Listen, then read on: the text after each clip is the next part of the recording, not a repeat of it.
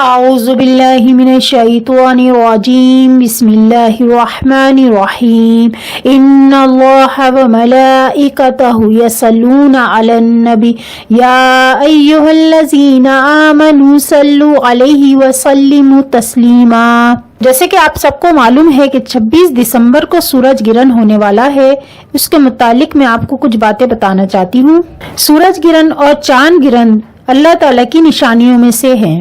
حضور کریم صلی اللہ علیہ وسلم نے ارشاد فرمایا کہ جب تم اللہ کی ان نشانیوں کو دیکھو تو نماز قائم کرو، ذکر اذکار اور استغفار زیادہ سے زیادہ کیا کرو۔ بخاری شریف میں ہے کہ حضرت عبداللہ بن عباس رضی اللہ تعالیٰ عنہ سے روایت ہے کہ رسول کریم صلی اللہ علیہ وسلم جس دن آپ کے صاحبزادے حضرت ابراہیم رضی اللہ تعالیٰ عنہ کی وفات ہوئی تو اس دن سورج گرہن تھا۔ لوگوں کے درمیان یہ باتیں ہونے لگی کہ حضرت ابراہیم رضی اللہ تعالیٰ عنہ کی وفات کی وجہ سے سورج گرہن ہوا ہے اور اسی غم میں آسمان کا رنگ بدل گیا ہے۔ تو آپ صلی اللہ علیہ وسلم نے ارشاد فرمایا بے شک سورج گرہن اور چاند گرہن اللہ تعالیٰ کی نشانیاں ہیں، کسی کے مرنے اور جینے سے ان کو گرہن نہیں لگتا۔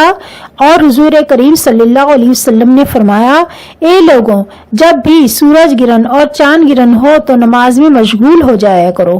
حضرت ابو موسیٰ رضی اللہ تعالیٰ عنہ سے روایت ہے کہ جب سورج گرہن ہوا تو نبی کریم صلی اللہ علیہ وسلم اس طرح گھبرائے جیسے قیامت آ گئی ہو، اور آپ صلی اللہ علیہ وسلم مسجد میں آئے اور طویل ترین قیام کیا، سجود کیا اور رکوع کے ساتھ نماز پڑھی۔ آپ صلی اللہ علیہ وسلم نے ارشاد فرمایا اے لوگوں، جب بھی سورج گرہن اور چاند گرہن ہو تو نماز میں مشغول ہو جاؤ۔ 26 دسمبر کو سورج گرہن ہونے والا ہے تو ہمیں چاہیے اس دن ہم نماز ادا کریں اور زیادہ سے زیادہ ذکر الہی میں مشغول رہیں اور زیادہ سے زیادہ استغفار کرتے رہیں تاکہ اللہ تعالی ہم سب پر اپنا کرم عطا فرمائے، اللہ تعالی ہمارے تمام گناہوں کو معاف کرے اور ہماری تمام پریشانیوں کو ختم کر دے۔ اور ہمیں چاہیے کہ ہم اپنے ساتھ ساتھ مزید اور تمام لوگوں کے لیے بھی دعا کرتے رہا کریں۔ اور جس دن سورج گرہن ہو اس دن ظہر کی نماز کے بعد 11 مرتبہ درود